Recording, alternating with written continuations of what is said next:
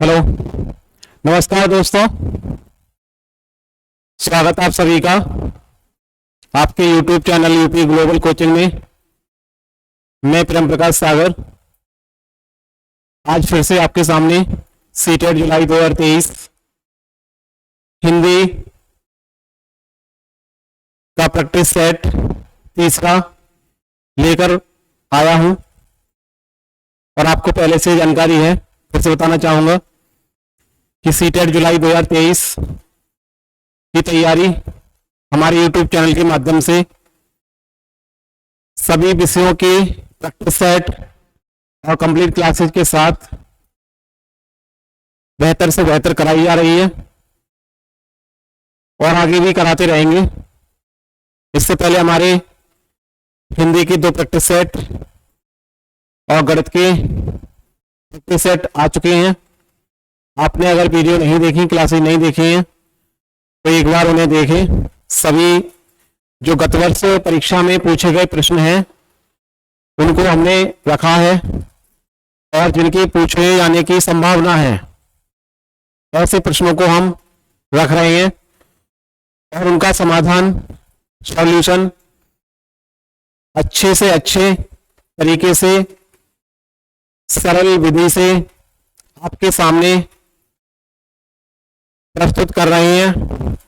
Class को बेहतर बनाने की कोशिश कर रहे हैं और हम आशा करते हैं कि आपको हमारी क्लासेज, प्रैक्टिस सेट अच्छी तरह समझ में आ रहे होंगे।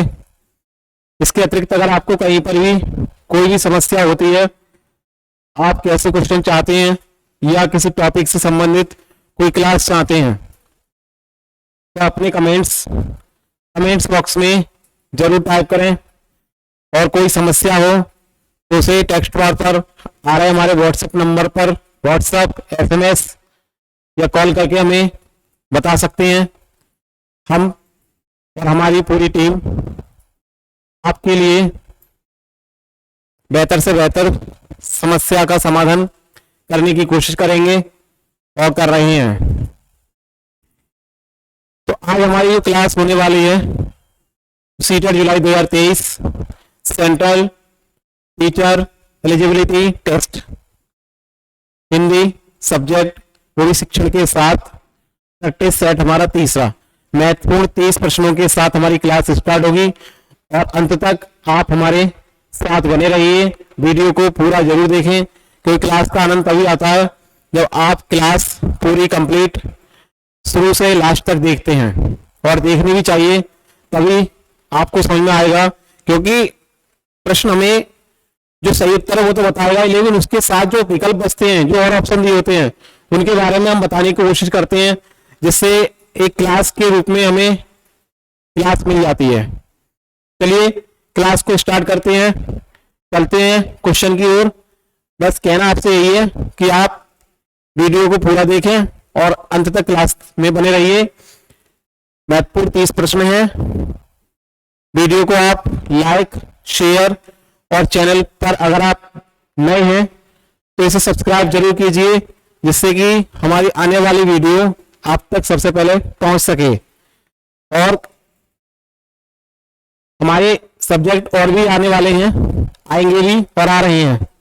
चलते हैं क्वेश्चन की ओर। देखिए स्टार्ट करते हैं हम गद्यांश से। निर्देश दिया है प्रश्न संख्या 1 से 9 तक दिए गए गद्यांश को पढ़कर पूछे गए प्रश्नों के सही या सबसे उपयुक्त विकल्प का चयन कीजिए। ये गद्यांश है और गद्यांश काफी बड़ा है, ये अगले पेज पर भी है, तो आप इसे स्क्रीनशॉट ले लें जिससे कि इससे संबंधित प्रश्नों के विकल्प को चयन करने में आपको आसानी हो। करते हैं गद्यांश को। सब प्रांतों के उग्र और उदार देशभक्त क्रांतिकारी और देश विदेश के धुरंधर लोग संवाददाता आदि गांधी जी को पत्र लिखते और गांधी जी यंग इंडिया के कॉलमों में उनकी चर्चा किया करते। महादेव गांधी जी की यात्राओं के और प्रतिदिन की उनकी गतिविधियों के साप्ताहिक विवरण भेजा करते। इसके अतिरिक्त महादेव देश विदेश के अग्रगण्य समाचार पत्र जो आंखों में तेल डालकर गांधी जी की प्रतिदिन की गतिविधियों को देखा करते थे और उन पर बराबर टीका टिप्पणी करते थे, उनको आड़े हाथ लेने वाले लेख भी समय समय पर लिखा करते थे। बेजोड़ कॉलम, भरपूर चौकसाई, ऊंचे से ऊंचे ब्रिटिश समाचार पत्र की परंपराओं को अपनाकर चलने का गांधी जी का आग्रह और कट्टर से कट्टर विरोधियों के साथ भी पूरी पूरी सत्यनिष्ठा में से उत्पन्न होने वाली विनय विवेक युक्त विवाद करने की गांधी जी के इन सब गुणों ने तीव्र मतभेदों और विरोधी प्रचारों के बीच भी, चलते हैं अगले पेज पर, बीच भी देश विदेश के सारे समाचार पत्रों की दुनिया में और एंग्लो इंडियन समाचार पत्रों के बीच भी व्यक्तिगत रूप से एमडी को या एमडी महादेव जी को कहा गया है, एमडी को सबका लाडला बना दिया था। गांधी जी के पास आने से पहले अपनी विद्यार्थी अवस्था में महादेव ने सरकार के अनुवाद विभाग में नौकरी की थी। नरहरि भाई उनके जिगरी दोस्त थे, दोनों एक साथ वकालत पढ़े थे, दोनों ने अहमदाबाद में वकालत की साथ साथ ही शुरू की थी। इस पेशे में आम तौर पर स्याह को सफेद और सफेद को स्याह, स्याह को सफेद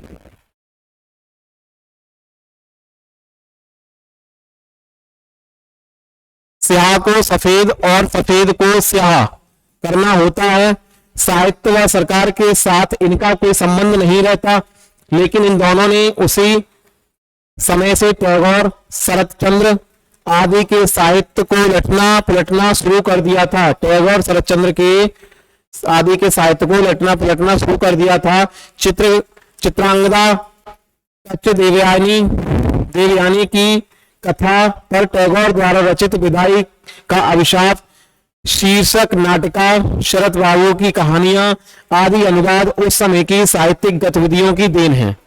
ये आप ये मत सोचिएगा कि गद्यांश बड़ा है।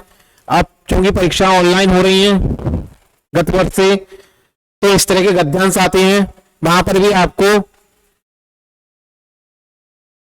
कंप्यूटर की डेस्कटॉप पर गद्यांश को ऊपर नीचे करके ही पढ़ना है और ध्यान से एक बार में पढ़ लेना है।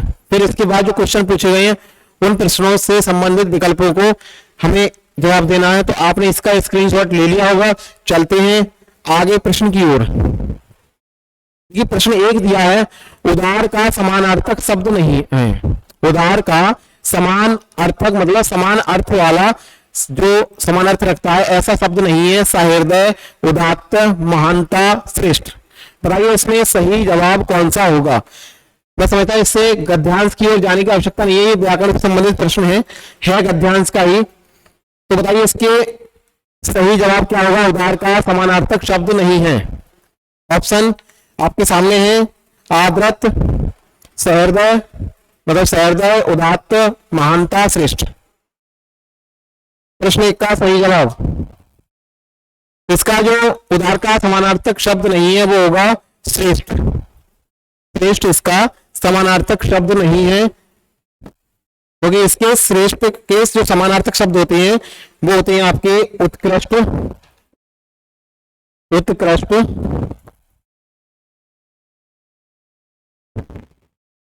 उत्तम, उदार नहीं है इसका। चलते हैं आगे प्रश्न की ओर। आग्रह शब्द का विलोम शब्द है। आग्रह शब्द का विलोम शब्द है। प्रश्न 2 का सही जवाब बताइए क्या होगा। आग्रह शब्द का विलोम, तो आपको पता होगा आग्रह शब्द का विलोम होगा दुराग्रह। इसका जो विलोम शब्द होगा वो दुराग्रह होगा। आदरत का क्या होगा, आदरत का अनादरत होगा।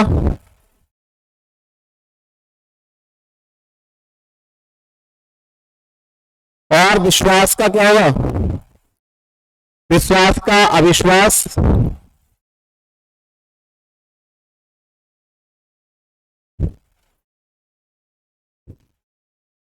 आह्वान का विसर्जन।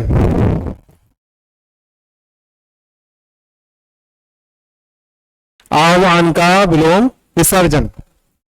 चलते हैं अगले प्रश्न की ओर। विशेषण विशेष का उदाहरण नहीं है। विशेषण विशेष का उदाहरण नहीं है। विशेषण क्या होता है? विशेषण वे शब्द होते हैं जिनके जो किसी की विशेषता बताते हैं। विशेषण वे शब्द होते हैं जो किसी की विशेषता बताते हैं, और विशेष से जिसकी विशेषता बताई जाती है उसे विशेष कहते हैं। ऑप्शन शीर्ष नाटिका 2, दूसरा ऑप्शन है अरे हाथ, तीसरा है मतभेद, तीव्र मतभेद, चौथा ऑप्शन विरोधी प्रचार। बताइए इसका सही जवाब क्या होगा? प्रश्न 3 का सही जवाब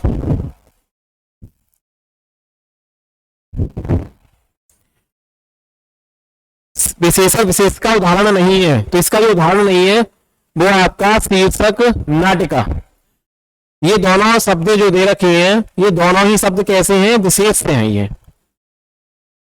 दोनों ही विशेष से हैं। बाकी नीचे जो 3 विकल्प दिए हैं, आड़े हाथ, तीव्र मतभेद, विरोधी प्रचार, ये आपके विशेषण और विशेष से हैं। विशेषण पहले में, दूसरे में आड़े, तीव्र, विरोधी, ये विशेषण हो गए, और इसके बाद हाथ, मतभेद, प्रचार, ये विशेष होंगे। प्रश्न 3 का सही जवाब पहला ऑप्शन शीर्षक नाटिका। दोनों ही विशेष हैं जो कि संज्ञा है। चलते हैं अगले प्रश्न की ओर। प्रश्न 4, प्रस्तुत गद्यांश का मुख्य विषय क्या है? ऑप्शन 1 गांधी जी के परम सहयोगी महादेव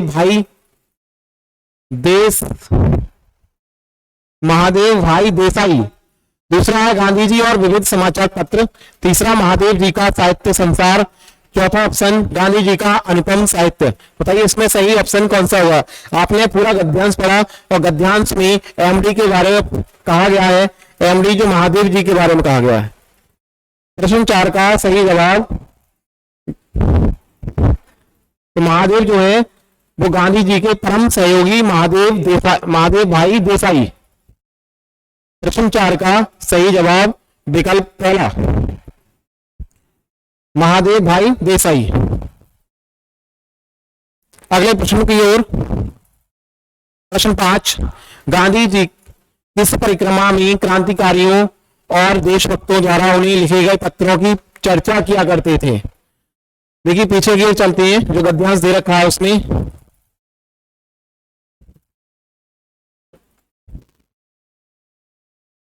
गद्यांश में आपने पढ़ा होगा यंग इंडिया का नाम आया था इसमें। देखिए कहां पर लिखा है यंग इंडिया। साप्ताहिक विवरण भेजा करते महादेव जी, उनकी टिप्पणी।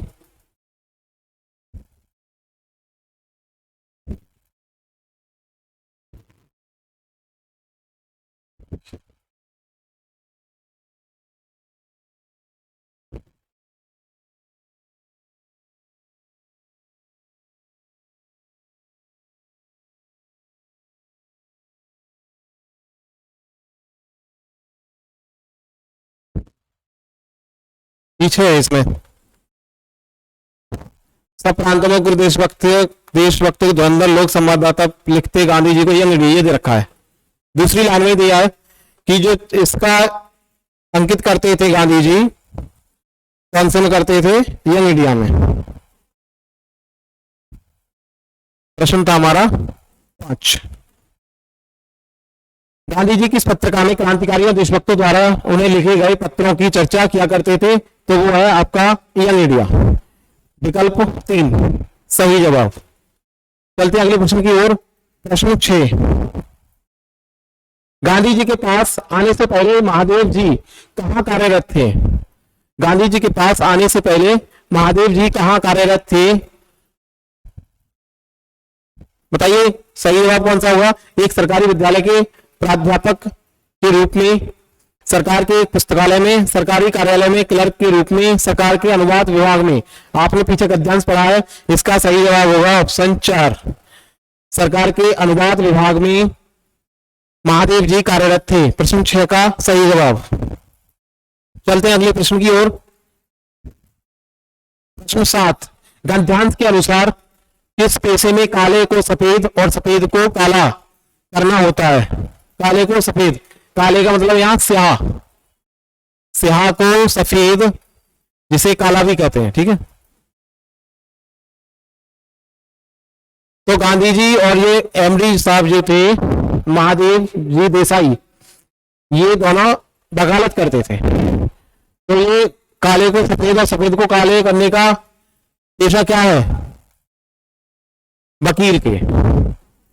प्रश्न 7 का सही जवाब होगा विकल्प 2, वकील के पेशे में काले को सफेद और सफेद को काला करना होता है।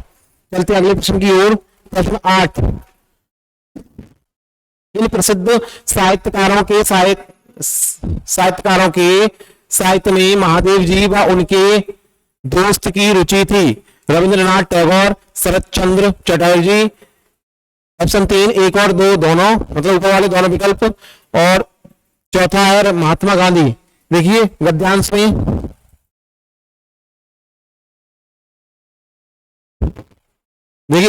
में लिखा है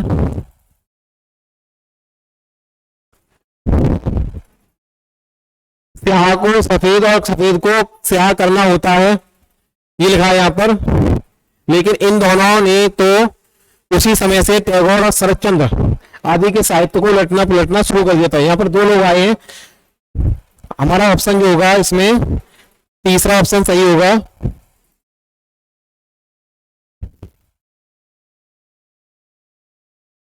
प्रश्न 8 का सही जवाब, इन प्रसिद्ध साहित्यकारों के साहित्य में महादेव जी व उनके दोस्त कौन थे? गांधी जी की रुचि थी, वो थी रविंद्रनाथ टैगोर और शरत चंद्र चटर्जी। तो यहाँ पर ऑप्शन तीसरा 1 और 2 दोनों सही होगा। चलते हैं अगले प्रश्न की ओर। प्रश्न 9, संस्कार में कौन सा उपसर्ग है? संस्कार में कौन सा उपसर्ग है? पहला ऑप्शन सा, ऊपर अंक की बिंदी लगी हुई है, संग।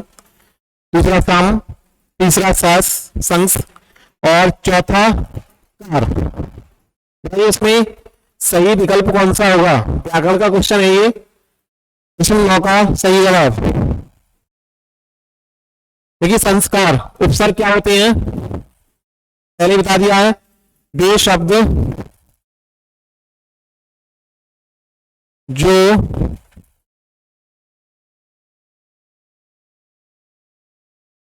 किसी मूल शब्द के आगे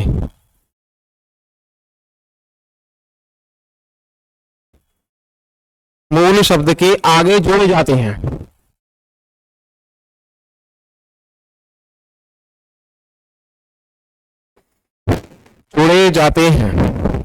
उन्हें उपसर्ग कहते हैं।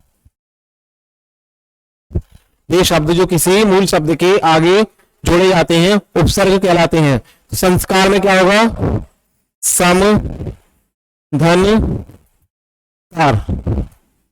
इसमें उपसर्ग होगा सम। दूसरा विकल्प सही है। चलते हैं अगले क्वेश्चन की ओर।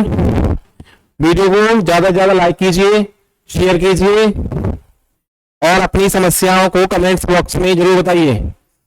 फिर से एक निर्देश है, प्रश्न संख्या 10 से 15 तक निम्नलिखित पद्यांश को पढ़कर पूछे गए प्रश्नों के सही या सबसे उपयुक्त उत्तर वाले विकल्प को चुनिए। पूरा पद्यांश है ये क्या दिया है? क्या परिचय दो अपना, द्रौपदी, पांचाली, कृष्णा या ज्ञासेनी। सभी संज्ञाएं विशेषण है या संबंध सूचक। कभी गौर किया है तुमने मेरा कोई नाम नहीं। द्रोणाचार्य के अपमान का बदला चुकाने को पिता को चाहिए था एक योद्धा, और धृष्टद्युम्न के पीछे यज्ञ की अग्नि से औचक ही निस्सृत में सबको स्तब्ध कर खुद ही प्रयोजन बनती रही आजन्म। आगे दिया है, सुई की नोक के बराबर भूमि न पाने वालों के औरस अब तक मुझ पर उंगली उठाते थकते नहीं कि लाखों लोगों की मृत्यु का कारण मैं रही। और भी कई कहानियां बुन ली हैं उन्होंने, महज इसलिए कि मैं कभी रोई नहीं, गिड़गिड़ाई नहीं, ना माँ के सम्मुख जब उन्होंने बांट दिया 5 बेटों में, और ना कुरु सभा में जहां 5-5 पतियों के बावजूद में अकेली पड़ गई। ये पद्यांश है, पूरा एक ही बार में लिखवा दिया गया है।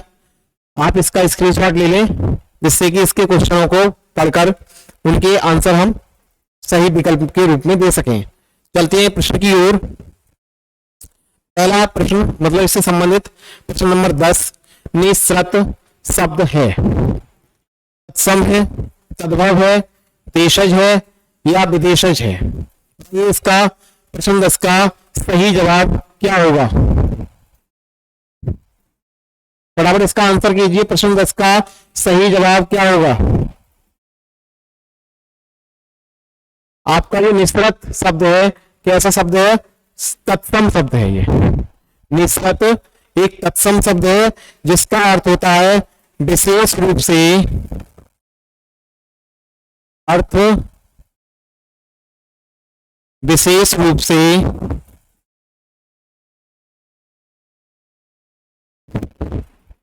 निकला हुआ, विशेष रूप से निकला हुआ या निकाला हुआ।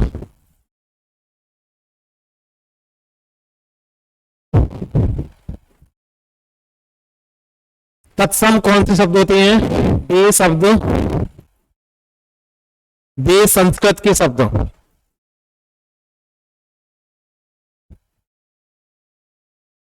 वे संस्कृत के शब्द जो सीधे सीधे प्रयोग किए जाते हैं, जो प्रयोग में लाए जाते हैं, यानी बोलचाल की भाषा में लाए जाते हैं, प्रयोग में लाए जाते हैं। ऐसे शब्दों को सम शब्द कहते हैं। तद्भव वे शब्द होते हैं जो संस्कृत भाषा से प्रयोग में नहीं लाए जाते। देशज जिनकी उत्पत्ति हमारे देश में हुई है, और विदेशज जो बाहर से हमारे यहाँ शब्द प्रयोग में किए जाते हैं। चलते हैं अगले प्रश्न की ओर। प्रश्न 11 द्रोणाचार्य शब्द का संधि विच्छेद है। द्रोणाचार्य शब्द का संधि विच्छेद है, बताइए सही जवाब क्या होगा? द्रोणाचार्य शब्द का संधि विच्छेद,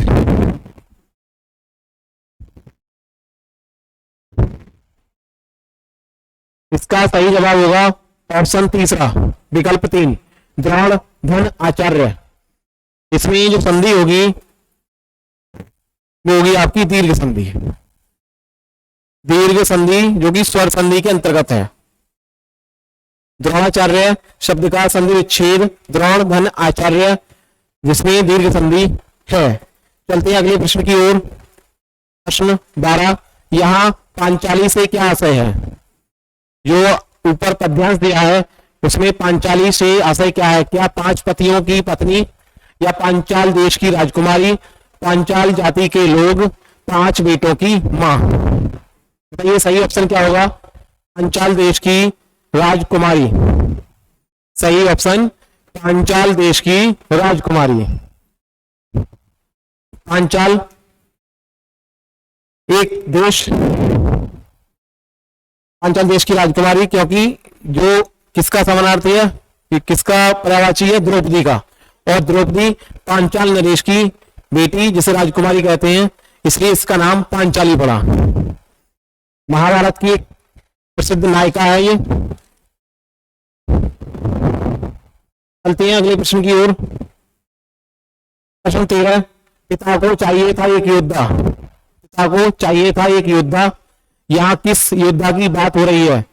विकल्प 1 द्रौपद, विकल्प 2 अर्जुन, विकल्प 3 अश्वत्थामा, विकल्प 4 धृष्टद्युम्न। पिता को चाहिए था एक योद्धा, बताइए सही जवाब क्या होगा प्रश्न 13 का?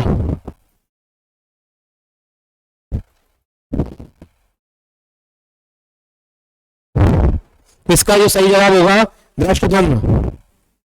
धृष्टद्युम्न जो कि कौन था? ये था द्रौपदी का भाई, द्रौपदी का भाई।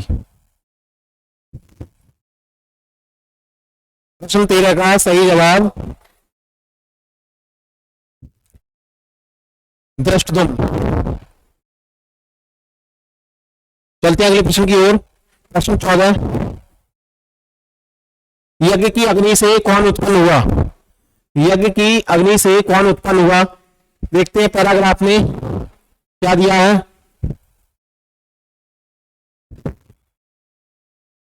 यज्ञ की अग्नि से कौन पैदा हुआ?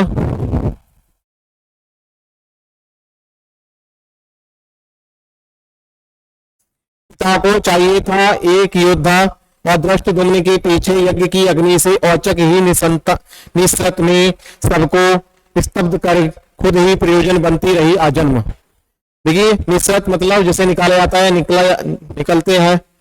और यहाँ द्रौपदी की बात हो रही है। धृष्टद्युम्न के पीछे कौन? द्रौपदी। ये कौन हुआ है यज्ञ की अग्नि से उत्पन्न? प्रश्न था आपका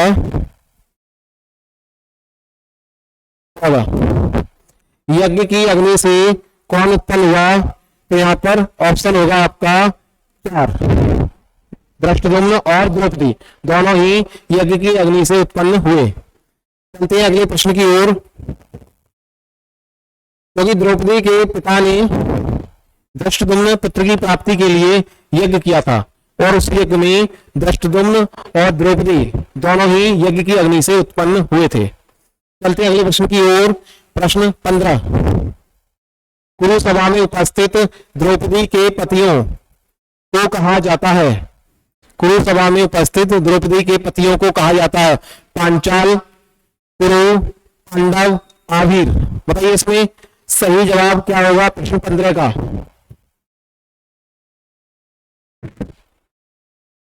कुरु सभा में उपस्थित द्रौपदी के पतियों को कहा जाता है, द्रौपदी के पति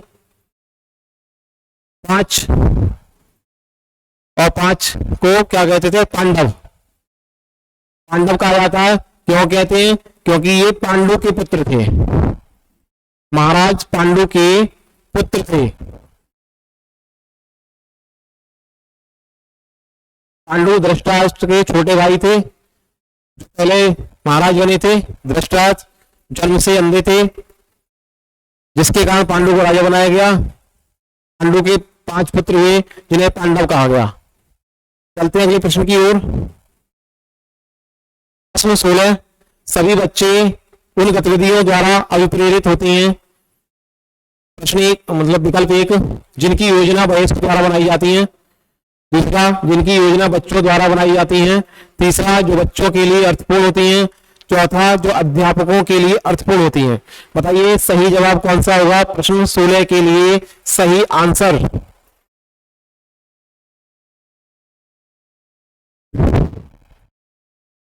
इसका सही जवाब होगा जो बच्चों के लिए अर्थपूर्ण होती है। अर्थपूर्ण, जो बच्चे अर्थ समझ सके, जिससे अर्थ समझेंगे तो वो सीखने में उन्हें सहायता मिलेगी। चलते हैं अगले प्रश्न की ओर। प्रश्न 17, प्राथमिक स्तर पर किसी गतिविधि या किसी खेल के लिए अनुदेशन दिया जाना चाहिए। विकल्प 1, बच्चों की घर की भाषा या मातृभाषा में। विकल्प 2, द्वितीय भाषा या अंग्रेजी भाषा में। विकल्प 3, विद्यालय की भाषा या राज्य की भाषा में। विकल्प 4, शिक्षक की भाषा या अनुदेशन के माध्यम में। बताइए इसका सही जवाब क्या होगा? सभी प्रश्नों को इंपोर्टेंट रखा गया है, जैसे जैसे प्रश्न परीक्षा में पूछे जाते हैं और पूछे गए हैं, पूछे जाने की संभावना है, ऐसे प्रश्नों को हम प्रैक्टिस सेट में रख रहे हैं ताकि आने वाली परीक्षा में ऐसे ही प्रश्न आपसे पूछे जाएं। बताइए प्रश्न 17 का सही जवाब कौन सा होगा? इसका जो सही जवाब होगा, बच्चों की घर की भाषा या मातृभाषा में उन्हें जो सिखाया जाए आराम से सीख सकते हैं और उन्हें सीखने में काफी हद तक विकास भी मिलेगा। चलते हैं अगले प्रश्न की ओर। प्रश्न 18, निम्नलिखित कथनों के संदर्भ में कौन सा विकल्प सही नहीं है? कविता, गीत एवं मंत्र वे तरीके हैं जिनसे बच्चे, पहला ऑप्शन, शब्द एवं वाक्य संरचना रटते हैं। दूसरा उच्चारण का अभ्यास करते हैं, तीसरा विषय वस्तु के माध्यम से व्याकरण सीखते हैं, चौथा शब्द संपदा बढ़ाते हैं। बताइए प्रश्न 18 का सही जवाब कौन सा होगा?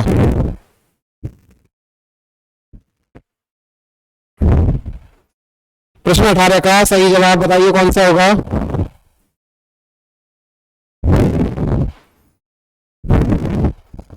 इसका प्रश्न 18 का जो सही जवाब होगा वो तीसरा होगा, विषय वस्तु के माध्यम से व्याकरण सीखते हैं। चलते हैं अगले प्रश्न की ओर। प्रश्न 19, शिक्षक बच्चों का आकलन करता है या करती है? आप शिक्षक हैं और बच्चों का आकलन करना है, आपको करना भी चाहिए, चाहे वो शिक्षक हो या शिक्षिका हो। तो आप किस लिए करते हैं? विकल्प है ये ज्ञात करने के लिए कि कक्षा में कौन भाषा का श्रेष्ठतम उपयोग करते हैं, या ये पता लगाने के लिए कि बच्चों को सीखने में कहाँ कमी आ रही है, या बच्चों को उनके आगे के अधिगम के लिए सहायता प्रदान करने हेतु योजना बनाने के लिए, या बच्चे की उसके सहपाठी से तुलना करने के लिए। बताइए प्रश्न 19 का सही विकल्प कौन सा होगा? प्रश्न 19 का सही जवाब बताइए।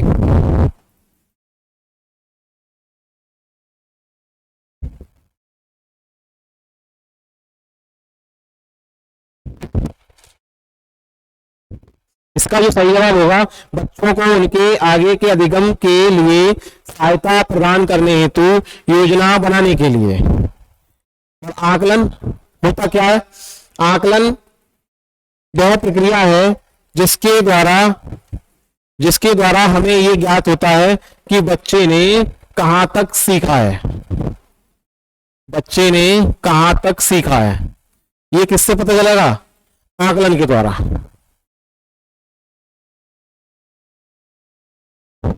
कहां तक सीखा है, ये किस लिए?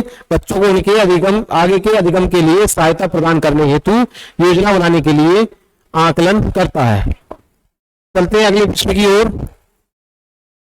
प्रश्न 20, द्विभाषी बच्चे या दो भाषा जानने वाले बच्चे किसी से बात करते समय प्रायः एक भाषा के शब्दों का प्रयोग करते हैं, कहलाता है संकेत बदलना, संकेत मिश्रित करना, बहुभाषिकता या दक्षता स्तर।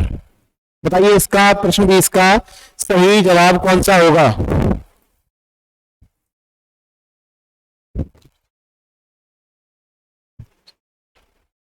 इसका जो सही जवाब होगा वो होगा संकेत बदलना, जिसका मतलब होता है संकेत बदलना। इसका अर्थ होता है बच्चे ने दोनों भाषाओं के बीच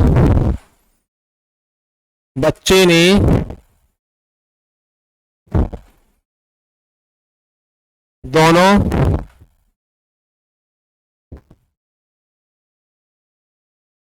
भाषाओं के बीच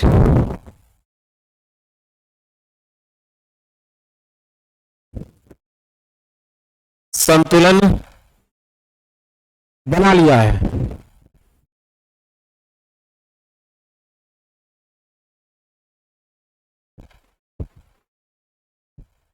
आप इसका स्क्रीनशॉट लेते चलें और प्रश्नों के जो ऑप्शन है उनके बारे में बताया जाए उसे जरूर नोट करें ताकि आपको आगे अच्छी सफलता मिले।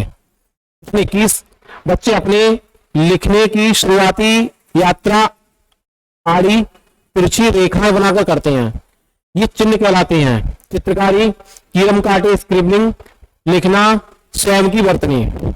आपने देखा होगा बच्चे जब लिखना स्टार्ट करता है, अरे जब आप ही छोटे थे या हम भी छोटे थे तो हम शुरू से लिखना थोड़ी सीख गए। कोई भी स्टार्टिंग से या पहले से ही लिखना थोड़ी जानता है। पहले तो उसे कलम को पकड़ना सीखना होता है, उसके बाद फिर पेंसिल को या कलम को घुमाना फिराना, इधर से उधर लचकीने रेखाएं खींचना, यही बता रहा है प्रश्न। ये होता क्या है? इसे कहते हैं कीलम काटे स्क्रिबलिंग। इसे कहते हैं कीलम काटे या स्क्रिबलिंग। प्रश्न 21 का सही जवाब कीलम काटे या स्क्रिबलिंग, क्योंकि इसके माध्यम से बच्चा पेन के साथ संतुलन बनाना सीख जाता है। लिखना मतलब प्रारंभ कर लेता है, सीखने लगता है। चलते अगले प्रश्न की ओर। प्रश्न 22, निम्नलिखित में से कौन सा एक कौशल बच्चों को उनका हस्तलेखन विकसित करने में सहायता करेगा? अलमारी में कपड़ा को फैलाना, कुछ छलका देना, छलका देना मतलब गिलास में पानी भरा है, गिरा दिया, तीलियां उठाना, धागे में मन के प्रोना।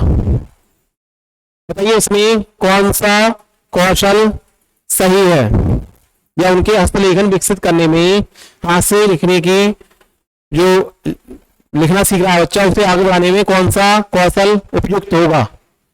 प्रश्न इसका सही जवाब बताइए।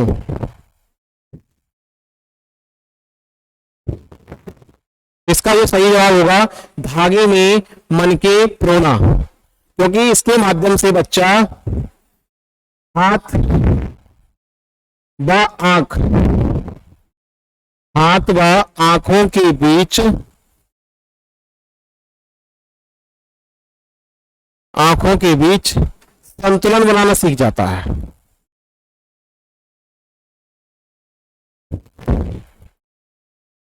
बनाना सीख जाता है या बना लेता है। इसका सही जवाब होगा विकल्प 4, धागे में मन के प्रोना। अगला प्रश्न, प्रश्न 23, निम्नलिखित में से कौन सा भाषा की पुस्तक के बारे में सबसे महत्वपूर्ण है? पहला, चित्र अपरिचित रूप, अपरिचित एवं याद किए जा सकने वाले संदर्भों में भाषा को समझने में मदद करते हैं, या चित्र शिक्षार्थी द्वारा अपने आसपास क्या देखा, सुना और महसूस किया को मिलाने में सहायता करते हैं, या बच्चों की दृश्य साक्षरता विकसित करते हैं, या चित्र बनाने वाले और शिक्षक की कला एवं सौंदर्य बोध की सराहना करते हैं। बताइए प्रश्न 23 का सही विकल्प कौन सा होगा?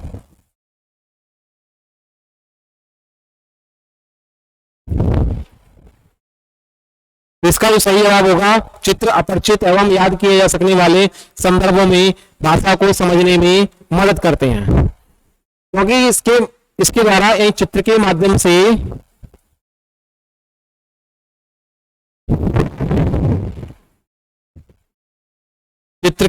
से जो भी पाठ आप पढ़ा रहे हैं, पाठ रुचिकर हो जाता है या रोचक हो जाता है।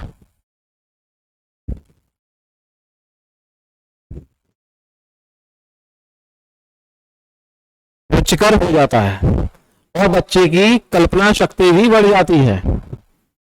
चलते अगले प्रश्न की ओर। प्रश्न 24, कहानियां बच्चों को भाषा अधिगम का आनंद लेने तथा उनमें खालिस्तान दे रखा है विकसित करने के लिए प्रोत्साहित करती हैं। विकल्प पहला, साहित्य की सराहना बोध, भाषा के रूपों को, जीवन कौशल या गत्यात्मक कौशल। बताइए प्रश्न 24 का सही विकल्प कौन सा होगा? प्रश्न 24 का सही जवाब,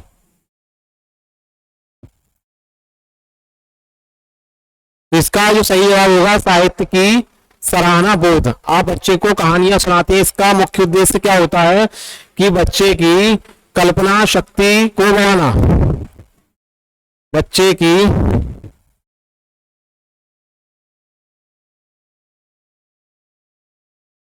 कल्पना शक्ति को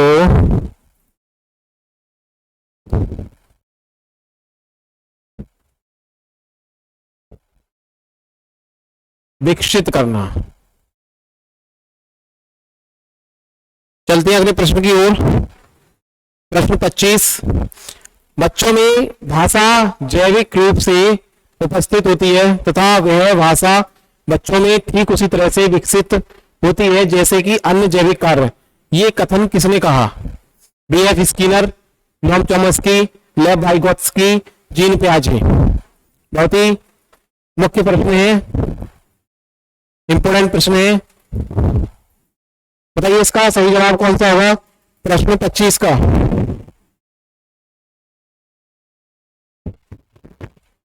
इसका सही जवाब होगा नॉम चॉम्स्की। देखिए इनके अनुसार इन्होंने क्या कहा था इन्होंने कहा था कि बच्चों में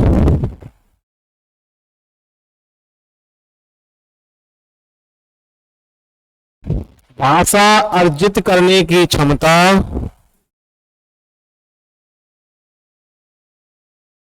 भाषा अर्जित करने की क्षमता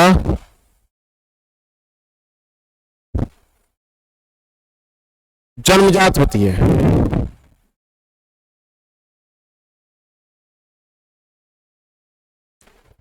मैम चॉम्स्की ने कहा है कि बच्चों में भाषा अर्जित करने की क्षमता जन्मजात होती है। यह स्किनर कहते हैं कि भाषा सीखने के लिए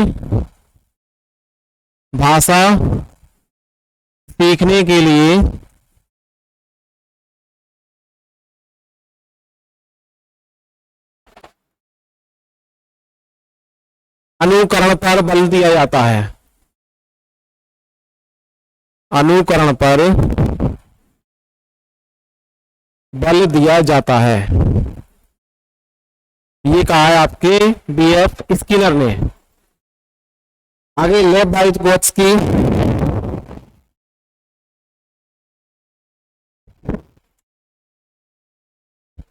ये कहते हैं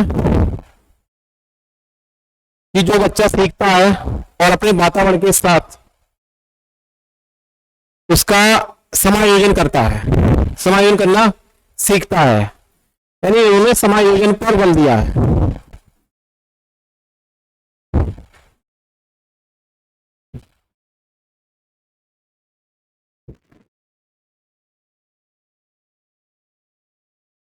और जीन पियाजे ये संज्ञानात्मक विकास पर बल देते हैं, संज्ञानात्मक विकास पर बल देते हैं।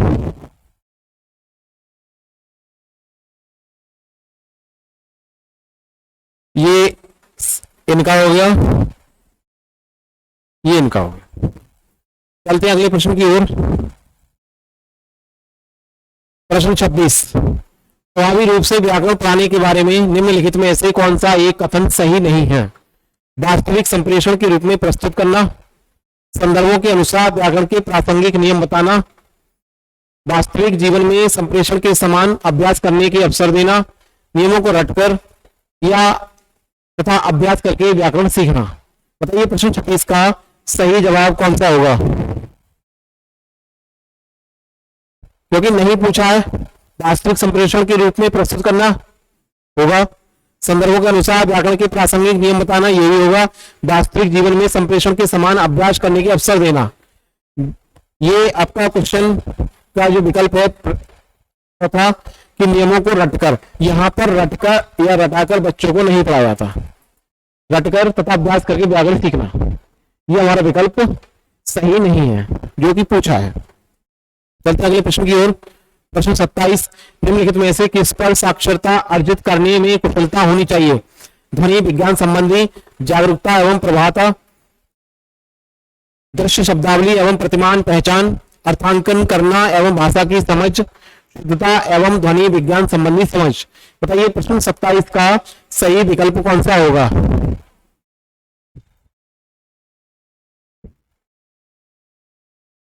निम्नलिखित में से किस पर साक्षरता अर्जित करने में कुशलता होनी चाहिए? तो इसका विकल्प तीसरा अर्थांकन करना और भाषा की समझ होनी चाहिए, उसका अर्थ निकालना आना चाहिए और भाषा की समझ उसके अंदर होनी चाहिए। अगला प्रश्न, प्रश्न 28, शिक्षा में भाषा अधिगम की प्रक्रिया को बढ़ावा देने के लिए तकनीकी प्रौद्योगिकी का प्रयोग करना खालिस्तान कहलाता है। आईटी, आईटीसी, सूचना प्रौद्योगिकी, संप्रेषण प्रौद्योगिकी। बताइए इसका प्रश्न 28 का सही जवाब कौन सा होगा?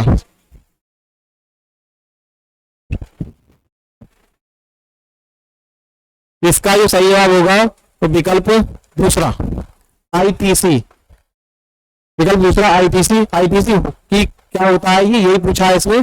शिक्षा में भाषा अधिगम की प्रक्रिया को बढ़ावा देने के लिए एक नई तकनीकी या प्रौद्योगिकी का प्रयोग करना ही आईटीसी कहलाता है। चलते अगले प्रश्न की ओर। प्रश्न 29, विद्यार्थियों के अधिगम के आकलन के लिए उपयोग की जाने वाली स्कोरिंग मार्गदर्शिका को कहते हैं, को करते हैं, वो कहते हैं, यह होगा कहते हैं, कहते हैं रूब्रिक्स, जांच सूची, अनुसूची, विस्तृत सूची या क्रम निर्धारण मापनी। बताइए प्रश्न 29 का सही जवाब कौन सा होगा?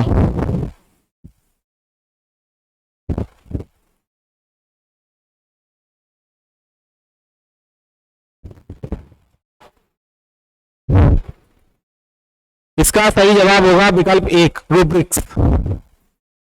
विद्यार्थियों के अधिगम के आकलन के लिए उपयोग की जाने वाली स्कोरिंग मार्गदर्शिका होती है जिसे रूब्रिक्स कहते हैं। ये दो, इससे पिछले वाला क्वेश्चन और एक ये इंपोर्टेंट है, ये इनकी परिभाषाओं को सम्मिलित किया गया है, परिभाषा से डायरेक्ट प्रश्न को पूछा गया है। चलते हैं अगले प्रश्न की ओर, और ये हमारे इस क्लास का अंतिम प्रश्न भी है। व्याकरण अनुवाद विधि अधिक बल देती है। व्याकरण अनुवाद विधि अधिक बल देती है शुद्धता पर, प्रवाह पर, उपयुक्तता पर या उच्चारण पर। बताइए प्रश्न 30 का सही जवाब क्या होगा?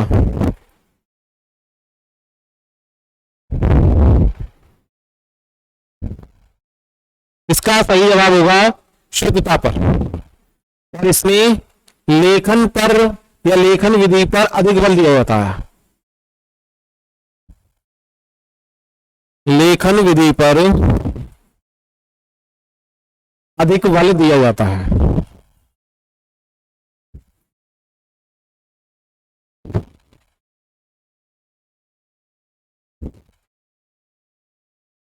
तो दोस्तों ये थी हमारी आज की हिंदी का प्रैक्टिस सेट तीसरा। ऐसे ही हमारे लगातार प्रैक्टिस सेट आते रहेंगे। आपसे बस एक ही प्रार्थना हमारी कि आप वीडियो को पूरा देखें और क्लास को ज्यादा से ज्यादा लाइक, शेयर और अपने comments, thanks for watching, like, share और अपनी समस्याओं को कमेंट्स बॉक्स में या हमारे व्हाट्सएप नंबर पर आप एसएमएस या कॉल के माध्यम से जरूर बताएं। आपकी समस्या का समाधान हम अच्छे से अच्छे, सरल से सरल तरीके से करने की कोशिश करेंगे और कर भी रहे हैं। आगे महत्वपूर्ण प्रश्नों के साथ हमारी क्लास आएगी और आगे से हमारे प्रैक्टिस सेट लगातार आते रहेंगे। तो आप वीडियो को लास्ट तक देखें और चैनल को सब्सक्राइब करें। मिलते हैं और आते हैं अगली वीडियो के साथ, अगले प्रैक्टिस सेट के साथ। तब तक के लिए नमस्कार, जय हिंद, जय भारत।